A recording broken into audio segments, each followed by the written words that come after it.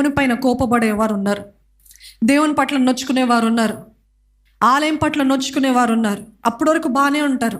కానీ ఎప్పుడైతే పాస్టర్ గారు దశం భాగాలు మీరు ఇవ్వాలి అన్నారు అనుకోండి, అంతే ఏమవుతుంది? హృదయం వెంటనే నొచ్చుకుంటే ఎప్పుడైనా దశం భాగాలు ఏంటి ఒఫెన్స్. ఆయన చెప్పట్లేదు, వాక్యం చెప్తుంది దశం భాగాలు ఇవ్వాలని. Hallelujah. No matter what the world sees, ఈ లోకం ఏం చెప్తున్నా వాక్యము మాత్రము మారదు. హల్లెలూయా.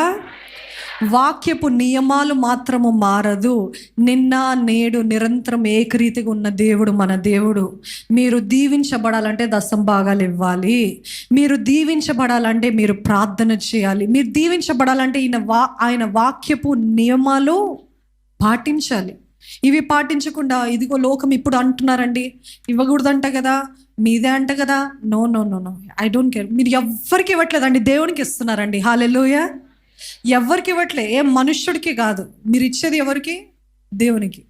ఇటువంటి వాటిని బట్టి కూడా హృదయం నొచ్చుకొని వారు ఎప్పుడు అట్లా అంటారండి, అందుకని మేము వెళ్ళట్లేదండి.